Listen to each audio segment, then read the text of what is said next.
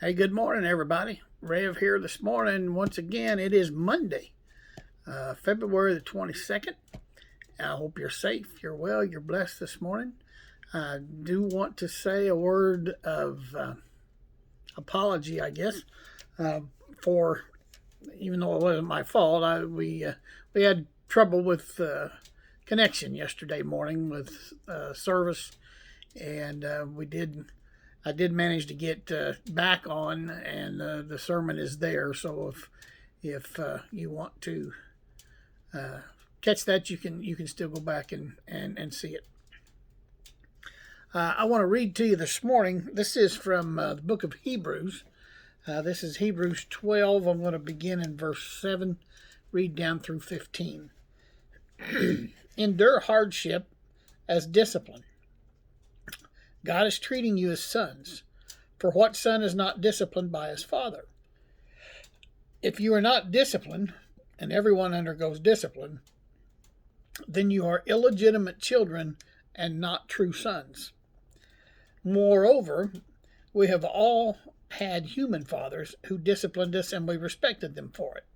How much more should we submit to the Father of our spirits and live? Our fathers disciplined us for a little while as they thought best, but God disciplines us for our good, that we may share in his holiness. No discipline seems pleasant at the time, but painful. Later on, however, it produces a harvest of righteousness and peace for those who have been trained by it. Therefore, strengthen your feeble arms and weak knees. Make level paths for your feet, so that the lame may not be disabled, but rather healed. Make every effort to live in peace with all men, and to be holy. Without holiness no one will see the Lord. See to it that no one misses the grace of God, and that no bitter root grows up to cause trouble and defile many. This is the word of the Lord. May it bless, convict, encourage, enlighten, and empower its hearers this morning. When you think of discipline, you normally think about your kids, how you discipline your kids, or maybe even how you were disciplined as a kid. Now, discipline, it can be a difficult task, whether you're giving it or receiving it, especially in today's world. But I wonder how often we think of ourselves when it comes to discipline. Just how disciplined are we when it comes to our Christian walk? Now, parents can usually look at Hebrews chapter 12 for guidelines on how to discipline their children.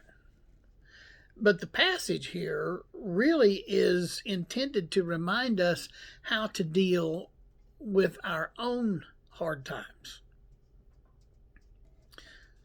So, what principles apply? Well, let's remember that hard times are experienced by all of God's children.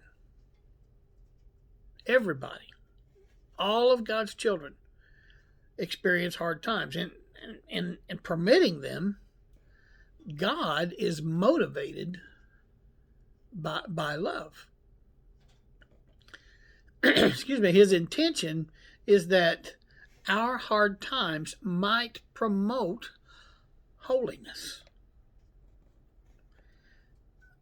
God uses our hard times as training, which later produces, as Hebrews says, a harvest of righteousness.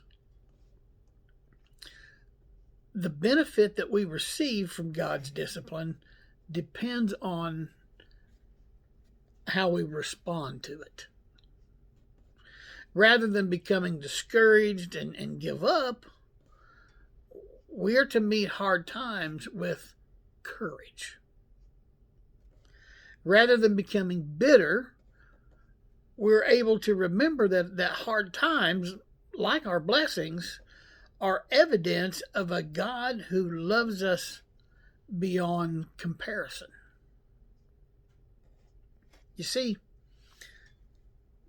God is not only a disciplining parent, but also a demanding coach who pushes us to our limits and requires us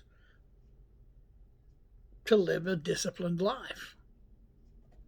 And although we might not feel strong enough to push on to victory, we will be able to accomplish it as we follow Christ and draw on His strength. And then we can use our growing, we can use our growing strength to help those around us who are weak and struggling.